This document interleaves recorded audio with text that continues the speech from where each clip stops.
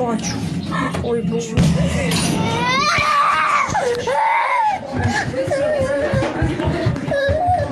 Давай, Игорь! Давай. Игорь! Побежали.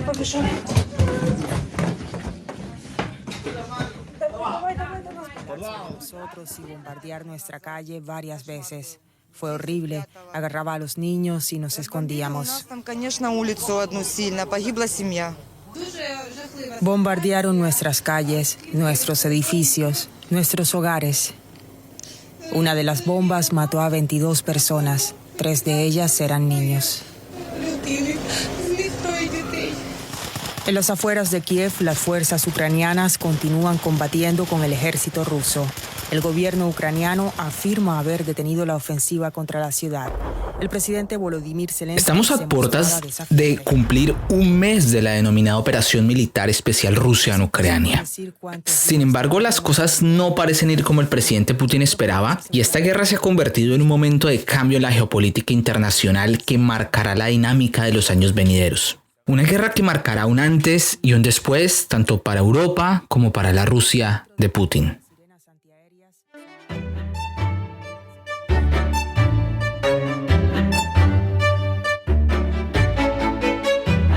Bienvenidos al episodio 20 de Difunde Podcast. Soy Guillermo Espina y nos reencontramos para analizar el desarrollo de la guerra en Ucrania. En este episodio nos vamos a centrar en las narrativas ucraniana y rusa de este conflicto que buscan explicar esta guerra.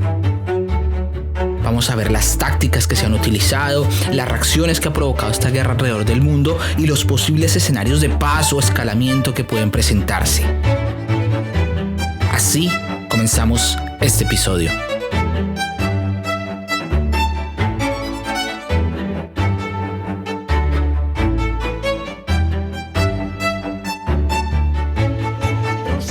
El alto el fuego de Mariupol y bombardea un hospital materno-infantil.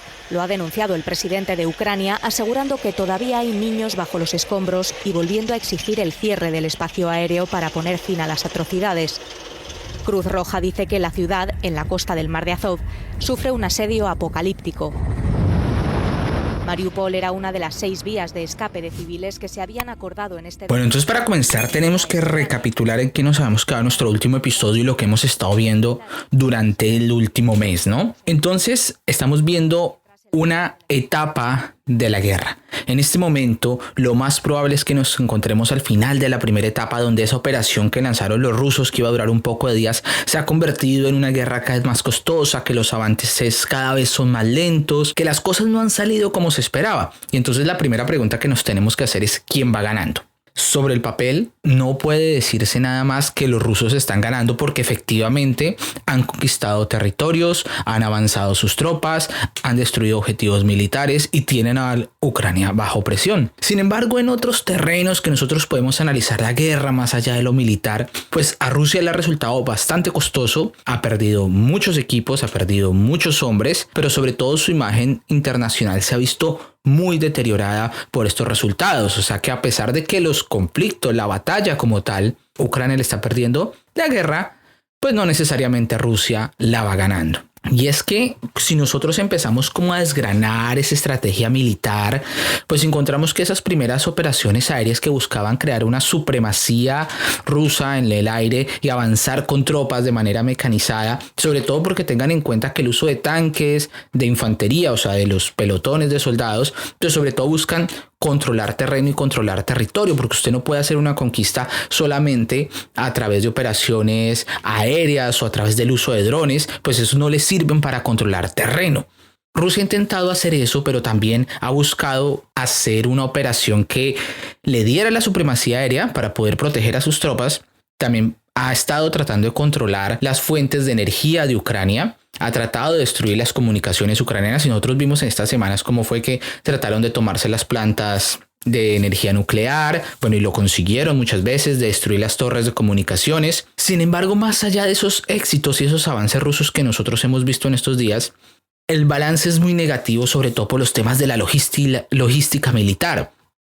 Básicamente, nosotros hemos encontrado tanques varados a mitad del camino, faltas de GPS, la moral de los soldados está por debajo, muchas veces no saben qué están haciendo, hacia dónde se dirigen. Hemos escuchado que varios generales rusos han muerto en batalla y la estrategia en general se está viendo como cuestionada de qué es lo que están haciendo allá en Ucrania. No parece ser muy claro. Una de las cosas y las imágenes que más ha llamado la atención y que los expertos en estrategia militar hablan es el uso de caminos principales y de convoys muy grandes de tropas rusas, sobre todo las que se dirigen hacia Kiev, pero llama la atención es que se mantienen en los caminos principales y algo que han usado los ucranianos como para confundir a los ejércitos es modificar los nombres de las calles, modificar las direcciones y han tratado de hacer que se pierdan. Sobre todo esto llama la atención, es como un ejército tan grande como el ruso no está prohibiendo a sus soldados con GPS, por ejemplo, para que se puedan ubicar. Entonces lo que nosotros encontramos es como una operación que en ese inmenso número de fuerzas que intentaron mover los rusos, pues parece que no está saliendo con orden, que hay fallas logísticas, que hay fallas en las estrategias, que todavía parece ser un poco complejo de explicar las razones que han llevado a esto, si es falta de preparación, si es una mala estrategia, si es que solo creían que iban a vencer con solo entrar a Ucrania. Esto ha sido un poco donde esta primera etapa de la guerra se ha desarrollado. Bueno, por otro lado, nosotros encontramos que Rusia ha venido utilizando unas estrategias cada vez más violentas. Un uso del barbarismo, donde vemos que la operación militar se está convirtiendo en una operación de castigo, de destruir realmente al pueblo ucraniano. Encontramos estrategias de tierra arrasada, de terror, donde por ejemplo se usa a los soldados chechenos y se amenaza con su supuesta crueldad y que van a intervenir en Rusia. Los movimientos y ataques a civiles que han sido una característica esencial incluso desde los primeros días de la guerra. Ya vimos cómo se empezaron a bombardear edificios de residenciales, escuelas, hospitales, y esto es una estrategia de barbarismo que Rusia ya ha hecho perfectamente en otros escenarios, como lo vimos en Siria, como lo vimos en algún momento en Chechenia, y es esa destrucción que está dando, o sea, una guerra de castigo. Pero cada vez Rusia está utilizando armas más sofisticadas, que puede hablar de cómo se quiere destruir completamente a Ucrania, sobre todo porque a través de ese castigo se busca quebrantar la voluntad de resistencia que tienen. Entonces se empiezan a usar armas cada vez más sofisticadas, incluso se ha amenazado con usar armas químicas, pero yo quiero llamar la atención en dos armas que me parecen muy interesantes, que es el uso de armas de vacío. Estas armas lo que hacen es que estallan y crean una explosión en un radio mucho más grande a través del aire que está circulando donde está el explosivo, que son armas que en cierto modo no están prohibidas, pero son armas que son fuera de las convencionales, que buscan más que destruir, es causar la mayor cantidad de bajas posibles. El uso recientemente de misiles hipersónicos, que si bien tienen directamente un objetivo militar, en este caso como se dio, pues son uno de los misiles de última tecnología que tienen, y lo que están buscando es sencillamente, bien sea darle un mensaje a Occidente del armamento que pueden llegar a utilizar, o por otro lado de la capacidad militar de desmoralizar al ejército ucraniano a través del uso y mostrando esa superioridad tecnológica que puede llegar a tener el ejército ruso. Palabras más, palabras menos. Dicen, miren de lo que somos capaces nosotros de hacer, de la crueldad que podemos tener si ustedes siguen poniendo resistencia. Y ahí viene por debajito todo lo que va ocurriendo con esa amenaza de ataques químicos, que puede ser un hecho que vamos a estar viendo, porque lo que se está haciendo en Rusia está muy asociado con ese espejo que nosotros tenemos en Siria, porque va a ser el espejo de las operaciones que hemos tenido, donde Rusia ha sido parte importante de la recuperación del gobierno sirio de los territorios por parte de los rebeldes. Esto nos ha dejado una situación donde la ciudad principal de Yarkov, o Yarkiv, como quieran decirle, que es la segunda ciudad más importante de Ucrania, ya cayó en manos rusas, en cierto modo podemos decirlo, pero ahorita se encuentran, digamos, tres lugares donde se está centrando la parte más dramática que podremos mencionar del conflicto. Primero de ellos es la operación que va a haber sobre la ciudad de Kharkiv, el constante bombardeo que hay sobre Kiev, las operaciones que se van a extender a la ciudad de Odessa, y dejo al final tal vez la situación dramática más importante y más estremecedora, que lo que está ocurriendo en Mariupol, donde los rusos han exigido que se rindan porque van a hacer su operación de ingreso. De esta manera es que se ha estado desarrollando este conflicto en términos militares, en términos de operaciones y de entender qué es lo que está pasando en el terreno.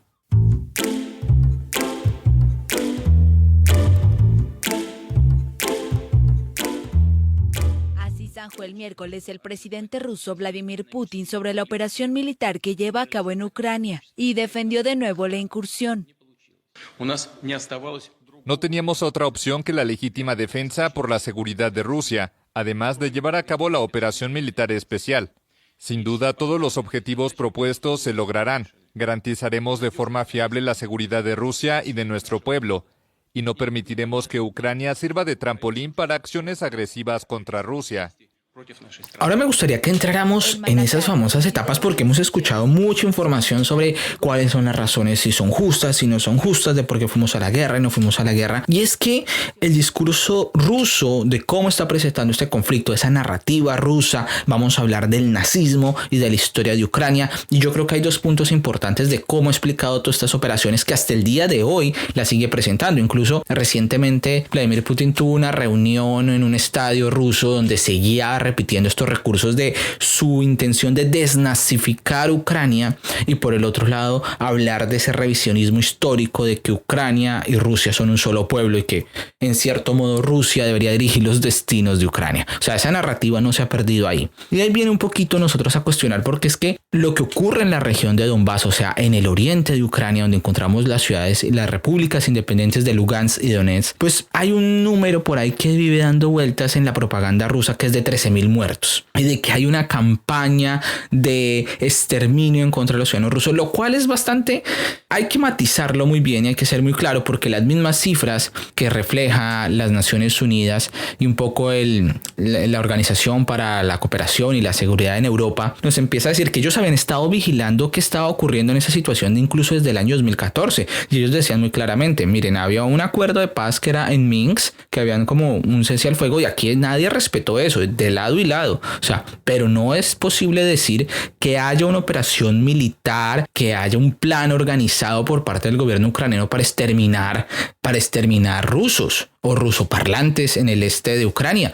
Eso es imposible comprobarlo y no lo hay. De hecho, lo que uno empieza a disgregar esas cifras y se va a dar cuenta es que hay de esos 13.000 muertos, por lo menos entre el año 2014 al 2020, hay 3.350 civiles muertos, 5.650 de los rebeldes, 4.100 militares de Ucrania. Y ese número nunca lo ponen así desgregadito las fuentes de propaganda rusas. Incluso desde el Ministerio de Relaciones Exteriores rusos que hablaba que habían más de 13.000 muertos y que todos eran rusoparlantes. Esto ha sido parte un poco de cómo ese discurso se ha venido posicionando del tema del nazismo y que incluso se ha extendido a otras esferas, a otros países y regiones del mundo. Y esto es importante empezar a entenderlo y a darlo. Valga decir, esto no quiere decir que no hayan grupos nazistas o nacionalistas en Ucrania, porque es que hay algo interesante aquí en la historia de Ucrania y es que el nacionalismo ucraniano y el nazismo estuvieron por varios periodos de la historia, digamos, pegaditos, conjunticos, porque en cierto modo había una relación de conveniencia y eso explica un poco lo que es este famoso batallón nazi o de símbolos nazi que está por ahí, que es el llamado batallón Azov, que incluso ha asestado varios golpes militares en contra de los generales rusos, que mezcla el nacionalismo con símbolos nazis, ¿sí? Y entonces aquí nos tenemos que devolver un poquito en la historia, incluso antes del conflicto en el año 2014, cuando ocurrieron todas las revoluciones, porque para Vladimir Putin dices que en el año 2014 el nazismo se tomó el poder cuando sacaron al presidente Petro Poroshenko y que los siguientes presidentes que llegaron de ahí, ojo, siguientes presidentes elegidos democráticamente, a diferencia de Vladimir Putin, que cuántos llevan el poder, que Lukashenko en Bielorrusia, cuántos llevan el poder, es decir, vamos de 3 gobiernos democráticos elegidos desde el año 2014. Entonces, para entonces, el presidente que estaba antes de esa revolución, y estamos hablando del año 2010, que era apellido Yushchenko, este señor que era muy llamémosle muy pro occidente, pro europeísta, pues se le ocurrió también, entre las brillantes ideas que tienen los políticos, pues rendirle homenaje a 2 personajes muy cuestionados de la historia de Ucrania, que él los exaltó como héroes de la patria, pero que también fueron en su momento muy aliados del nazismo y que hicieron parte, en cierto modo, fueron colaboradores del nazismo. Y estamos hablando de Stepan Bandera y de Roman Chushevich. Estos 2 personajes, pues incluso se les rindieron ciertos homenajes que después se le quitaron, pues decir, o sea, no, ¿cómo vamos a darle un homenaje a estos colaboradores de los nazis? Pero en algún momento se les hicieron algunos honores durante, estoy hablando 2010, o sea, antes de todas estas revoluciones, porque es que estos 2 señores digamos, hablaron de esas fuerzas nacionalistas de resistencia en el marco de la Segunda Guerra Mundial y de hecho lucharon por crear una Ucrania independiente desde la ciudad de Leópolis. O sea, desde esa ciudad fue que se gesta, que es la ciudad tal vez más cercana a la frontera con Polonia. Y ahí está como el corazón de ese nacionalismo ucraniano, de los que lucharon por la independencia en medio del nazismo, en medio de la oposición a los rusos, y en cierto modo se fue mezclando porque ellos vieron conveniente que si tenían el apoyo nazi podrían luchar contra los rusos y lograr una Ucrania independiente, y por eso fue que estuvieron muy cerca e incluso algunos fueron miembros de las tropas alemanas en ese momento. Entonces ahí donde tenemos que entender que hay una mezcla muy curiosa entre ese nacionalismo y el nazismo en Ucrania. Pero valga la pena decirlo, esto es un número muy reducido, que incluso pueden mencionarse casos puntuales, que no podemos decir que el nacionalismo ucraniano sea nazi. Eso no se puede decir y quiero ser muy claro con eso, que son cosas totalmente separadas, pero que sí hay una pequeña relación entre los que hoy están defendiendo eso, entre esos movimientos de derecha y movimientos ultranacionalistas, y que muy seguramente, pues por el mismo contexto de la guerra van a estar inspirados, porque la misma guerra inspira a esos movimientos nacionalistas, pues van a ser parte importante de todo lo que está ocurriendo en este conflicto. Y quiero que tengamos un poco claro y de entender cómo es este fenómeno del nazismo, que no es solo ucraniano. Nosotros vimos manifestaciones nazistas en Alemania, vimos manifestaciones neonazis y antisemitas en Francia, incluso con un candidato presidencial que tiene ciertas tendencias hacia ese lado. Vimos movimientos neonazis en los Estados Unidos en la toma del Capitolio del 6 de enero. Entonces el neonazismo es un fenómeno que se está manteniendo en nuestras sociedades, que ha ganado otra vez nuevamente momentum dentro del crecimiento de la ultraderecha en varias zonas del mundo. Entonces es exactamente igual lo que nosotros podemos ver. No podemos decir que los Estados Unidos sea un país nazi, no podemos decir que Francia sea un país nazi, no podemos decir que Alemania sea un país nazi, incluso varios movimientos de derecha neonazis y antisemitas en Rusia. Entonces es parte de las sociedades que hay y no explican que haya un movimiento o algo sistemático para cometer un genocidio en contra de los rusos. Y esto es una parte importante de toda esa narrativa que los rusos han tratado de vender al interior y en justificar su causa, porque fue lo que dijo Vladimir Putin en su discurso.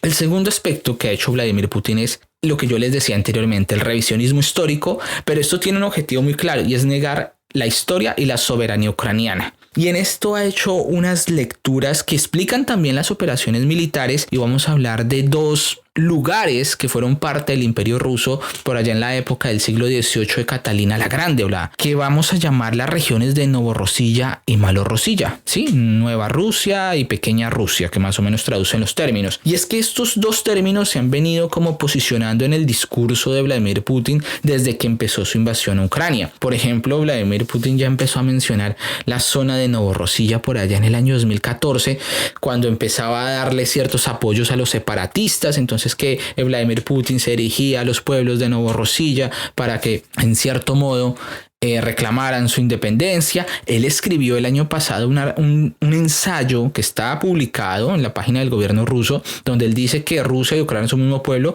y en cierto modo lo que hace es justificar de que Novorosilla y Malorosilla son regiones del pueblo ruso, y de ahí por cosas de la vida salieron los ucranianos, en toda una reescritura de lo que es la historia ucraniana, pero en cierto modo para justificar por qué Rusia puede dominar o puede decidir sobre los destinos de Ucrania. Y este mismo discurso pues estuvo reflejado, por ejemplo, en los rebeldes que están en la zona del Donbass, donde ellos incluso proclamaron una república, ¿sí? Por allá se escuchó hacia el año 2017, mitad, que ellos creían que Rusia debería tomar control de Crimea y que en los demás territorios de lo que hoy llamamos Ucrania debería crearse una república llamada Malorosilla, y esto fueron parte de las declaraciones del líder independentista Alexander Zakarchenko.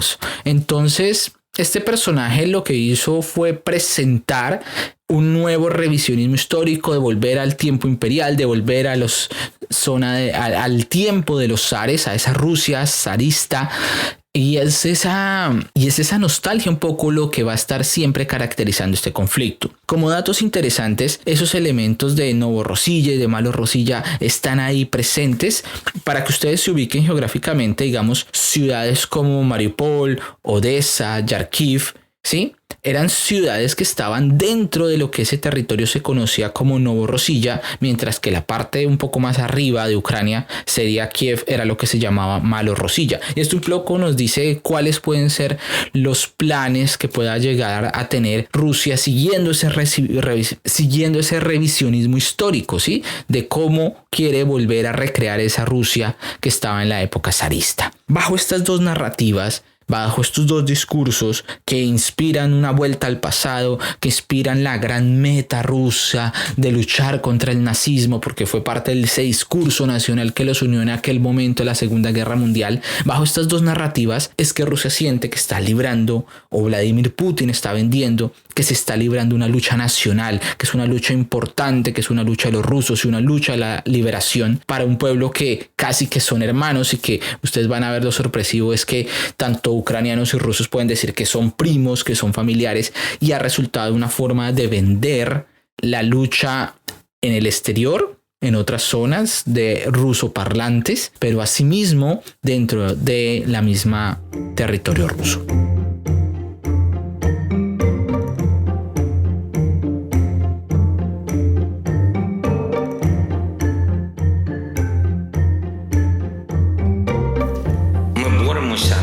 Estamos luchando por nuestro país y por nuestra libertad.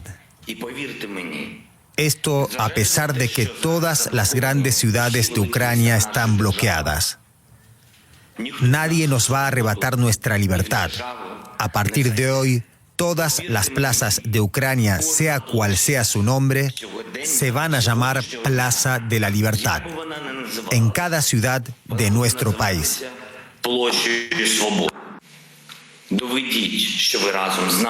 Somos iguales que ustedes. Demuestren que están con nosotros. Demuestren que no nos van a dejar solos. Demuestren que son europeos. Entonces la vida vencerá a la muerte. La luz vencerá sobre la oscuridad. La nueva alocución de un presidente que ha logrado mover las posiciones en Europa.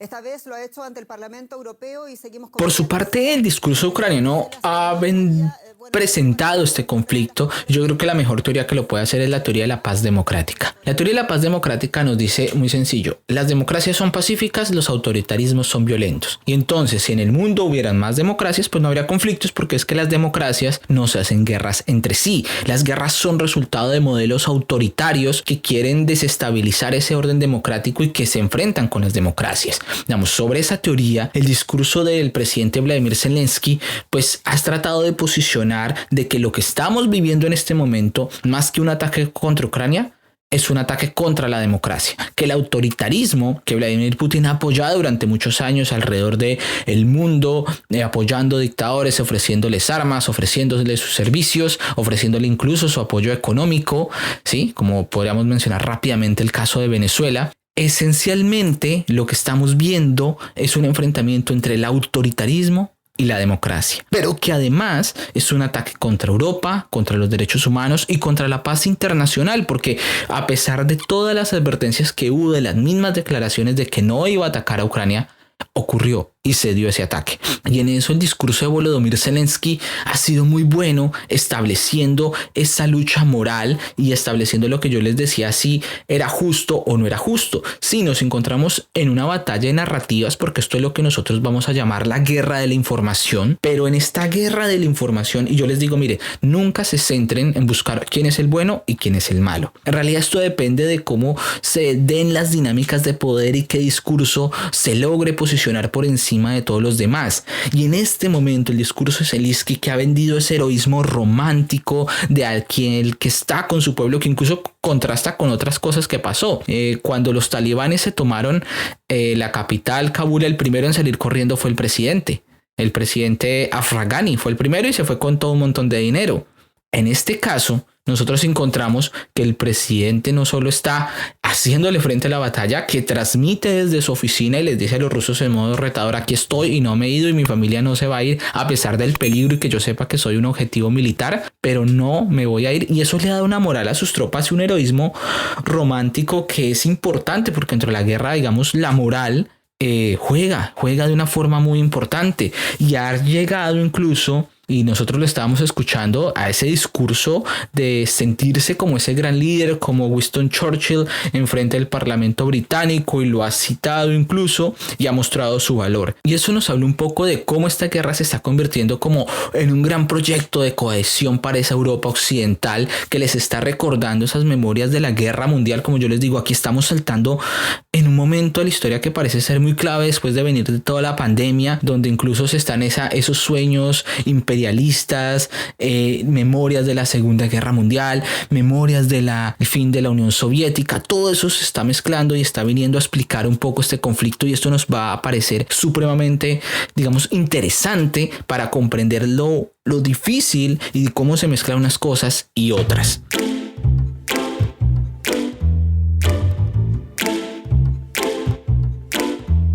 Entonces tenemos, y lo que hemos visto hasta el momento, un campo de batalla con ciertas características. Yo les decía, Rusia puede ser que sobre el terreno vaya ganando, pero en realidad pareciera que al no cumplir su objetivo va perdiendo. Y por otro lado tenemos la guerra de la información, y que quién posiciona la narrativa que tiene sobre la guerra. En ambos escenarios, Rusia sale muy debilitada, pero además de eso, se está aislando cada vez del mundo. Se ha convertido en un estadio paria que no respeta las reglas, que no respeta el sistema internacional. Y si bien no todos los países lo han rechazado y lo han condenado, sí empiezan como a abstenerse y a mirar que lo que está haciendo Rusia en Ucrania pues no queda bien como apoyarlo. El bombardeo de ciudades, el bombardeo de hospitales, el bombardeo de escuelas, el bombardeo de civiles, ¿sí? Ese castigo que está haciendo sobre el pueblo ucraniano, pues no va a quedar muy bien que otro país lo apoye. Y eso cada vez va a estar como aislando, o por lo menos usted va a tratar de ocultar sus relaciones con Rusia. La pregunta que nos quedaría a nosotros muy interesante es: ¿y qué está pasando en estos momentos dentro de Rusia? Porque la economía rusa pues se está viendo afectada sencillamente. Los controles de los medios de comunicación en Rusia es algo excesivo. Yo creo que ustedes pueden explorar en varios periodistas rusos que han explicado esta situación, que incluso hay varios podcasts, por ejemplo, el New York Times, que ha hecho esas entrevistas a esos medios alternativos, donde esencialmente si usted no es progubernamental, pues no tiene licencia de funcionar. Y hemos encontrado cómo, a pesar de todo el rechazo que ha causado esta guerra, ha llevado a periodistas a renunciar a sus cargos, a renunciar a algunos funcionarios en oposición, digamos, moral, a una objeción de conciencia contra lo que está ocurriendo en Ucrania, porque eso es un tema del que no se está hablando en Rusia. Pero por supuesto, usted empieza a darse cuenta que McDonald's se va, que las ventas van a empezar a cambiar, que ya tiene unas restricciones a la hora de sacar dinero, que ya no se puede comunicar, que los vuelos se han cancelado a Europa. Pues usted empieza, por supuesto, la gente a cuestionar qué es lo que está pasando. ¿Sí? A esa narrativa de a poco parece estar desboronándose, y esas medidas económicas, que yo creo que es algo muy importante, digamos, de lo que ocurrió, porque fue un momento clave donde el mundo ha tomado una sola postura para aislar totalmente a la economía rusa, y eso es algo que posiblemente no va a hacer que se recupere de la noche a la mañana si Rusia encuentre o logre dar un acuerdo de paz. Es decir, Rusia efectivamente con el mundo occidental ha roto relaciones comerciales de la manera más severamente posible, y volver a integrarse dentro de ellas no va a ser tan fácil, y eso va a afectar mucho a largo plazo a Rusia, a pesar de que se ya había preparado. El nivel de sanciones que se están dando son sin antecedentes, y tal vez, vuelvo y repito, un economista puede explicar mucho mejor esto, pero son medidas que hasta el momento no habíamos visto, y que muy seguramente los efectos van a ser supremamente grandes.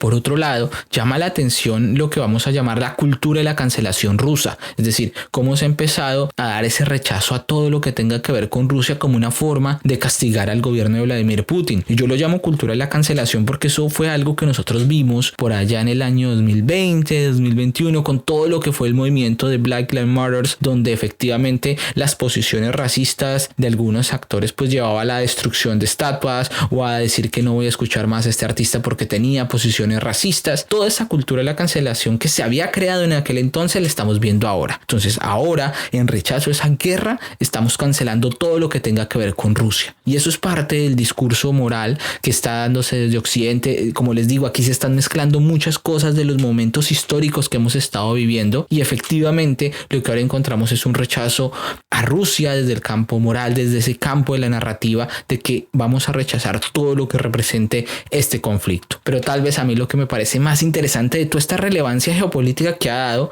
es la postura de Alemania y el reforzamiento de la OTAN. Digamos, a pesar de todo lo que vino a hacer Rusia con esta guerra, no está consiguiendo nada de lo que quiso, que le está costando la imagen de Rusia en el mundo, es decir, esa cultura de la cancelación, la imagen de Rusia en el mundo, le está costando el control que tenía en su interior, pero también un gran socio y un país que era como Alemania, en que trataba como de llevarse bien ahí con Rusia y con Europa, pues ha decidido tomar partido y va a decir, miren, primero le vamos nuevamente a meter mucha plata, que era algo que Trump se había quejado, al presupuesto de defensa. Y Alemania va a invertirle muy grande el presupuesto de defensa, y no solo Alemania, todos los países europeos van a empezar a reconstruir sus sistemas de defensa porque no saben qué pueda pasar con Rusia en cualquier momento. En cualquier momento lo atacan. Entonces el sistema de defensa se va a preparar de una forma y los presupuestos se van a disparar. La OTAN, que hace un par de años decían esto tiene muerte cerebral, la OTAN no sirve para nada, pues metamos a Colombia porque pues como para hacer algo, ¿no? Eso un poco puede decirse. Más o menos ahora, pues sencillamente es una nueva alianza militar, está revitalizada. Por más que Donald Trump se quejaba de que nadie más ponía plata, pues bueno, ahora sí todos van a poner plata, van a hacer ejercicios militares más seguidos y si pueden expandirla, puede ser que lo vayan a hacer. En este momento la OTAN es una institución supremamente fuerte, supremamente unida. Cuando antes de este conflicto, pues sencillamente todo el mundo estaba diciendo es cuando la acabamos. Sí, entonces esos dos cambios parecen ser muy importantes y que nos dicen que lo que ocurrió en Ucrania ya nos va a dar un antes y un después, que Rusia se ha convertido en un estado paria, casi muy cercanito a Irán, muy cercanito a lo que es Corea del Norte, aislado completamente del mundo. Obviamente es Rusia y tiene un arma capacidad nuclear, entonces no es tan fácil que lo podamos echar de ladito y hacerle el feo. Es un país grande, es un país que tiene cierta capacidad, pero digamos esa integración con Occidente va a empezar a limitar mucho a los rusos y no sabemos hacia dónde va a estar, porque si bien China puede ayudarle, pues China tampoco quiere ponerse en una posición incómoda, sobre todo porque la imagen de China en el mundo pues ha venido ascendiendo con el tema de la pandemia, hizo muy buenos socios en África, hizo muy buenos socios en Europa, entonces China también no quiere ponerse en una postura muy delicada. Lo que podemos decir sobre el momento es que es muy difícil que exista un escenario donde Rusia no salga mejor que antes. Es decir, a pesar de todo este conflicto, en ningún escenario así gane la guerra o llegue a un acuerdo de paz o incluso se retire, no existe una postura que diga Rusia por lo menos ganó algo en el escenario internacional. Es decir, apostó por desafiar el orden internacional, pero puede ser, y lo más probable es que esto no haya salido y que va a salir perdiendo realmente y que Vladimir Putin le van a esperar una forma de volver a reafirmar su poder en caso de que la gente y el descontento sea cada vez mayor.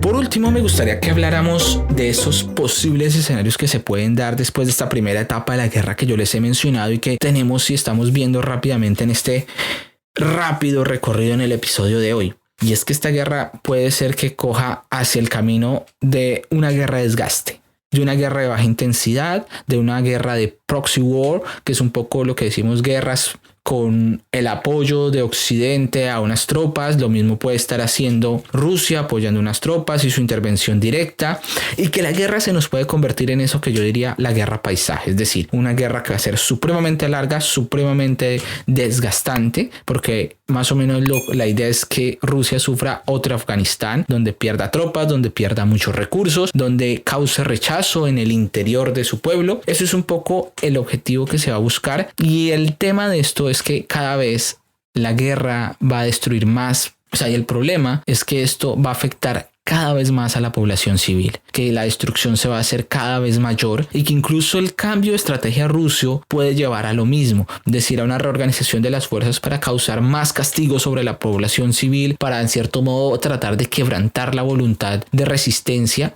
Pero lo más probable es que esta guerra vaya a tomar un camino donde ninguna de las dos fuerzas puedan avanzar más de lo que ya le hicieron. Si bien van a haber combatientes extranjeros y están llegando lo que se llama la legión extranjera del lado ucranianos, con muchos norteamericanos, con muchos ingleses, sobre todo entre los primeros que fueron voluntarios a defender la lucha ucraniana, sobre todo por un sentimiento ruso anticomunista que todavía sigue como hiperviviendo, más o menos, pero también por el otro lado los los sirios que están siendo reclutados por parte de las compañías de seguridad rusa y que están empezando a llevarlos por allá a Ucrania. Entonces ya se está empezando a dar cierta presencia. Recordemos que también se dijo que Turquía utilizó miembros de las tropas que tenía en Siria.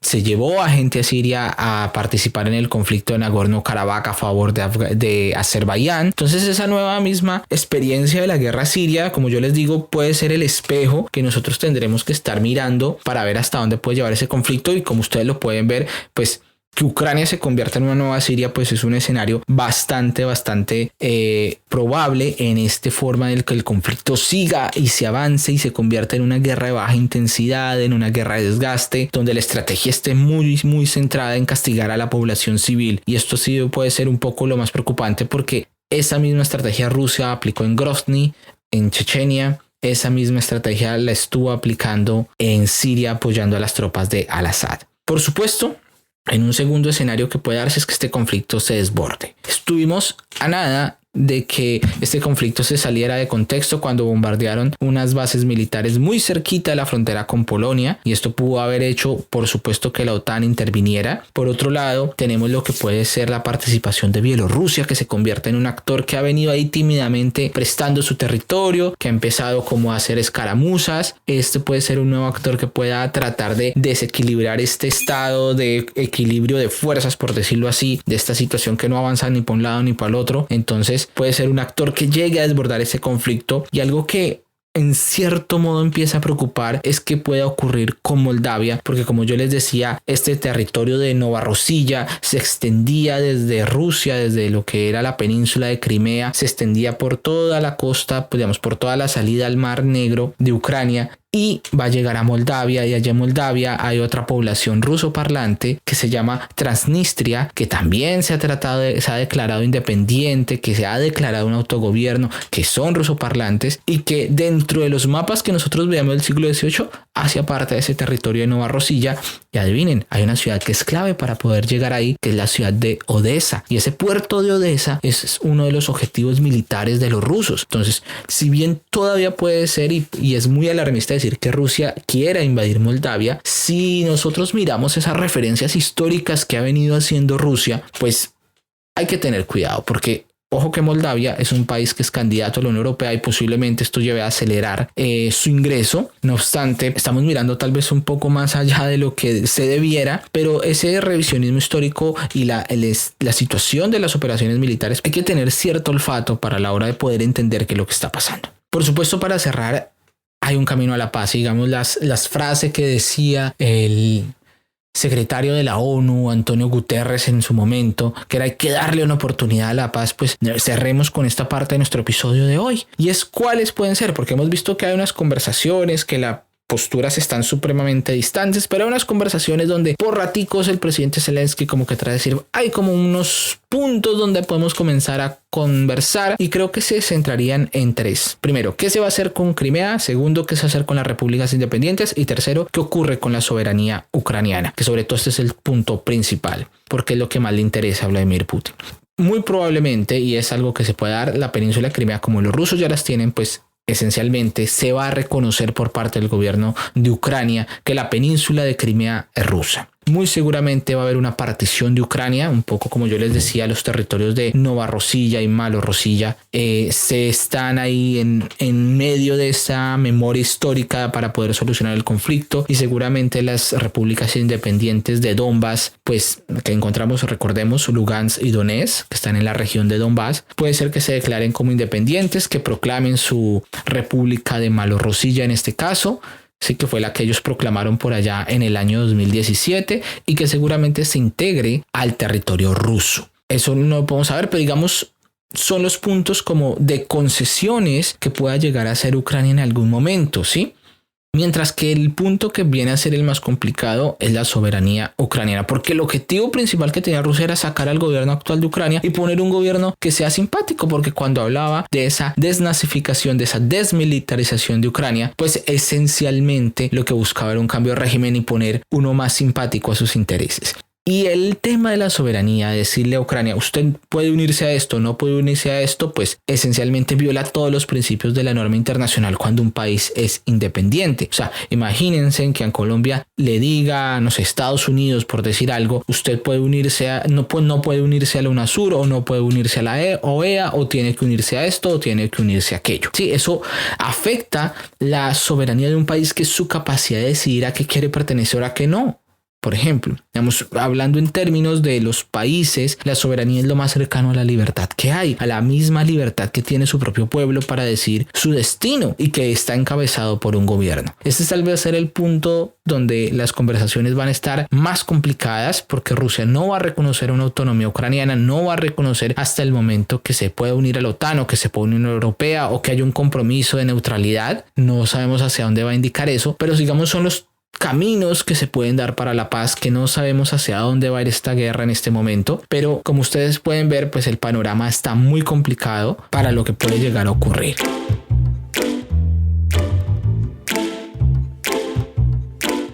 Antes de finalizar este episodio, quiero contarles a los oyentes que nos escuchan en Spotify que gracias a las nuevas opciones que tiene la aplicación pueden interactuar con Difunde Podcast. Pueden hacerlo en las encuestas y en la sección de preguntas. Pueden dejar sus comentarios, pueden proponer temas y claro, por supuesto, calificar el podcast para así poder llegar a muchas más personas.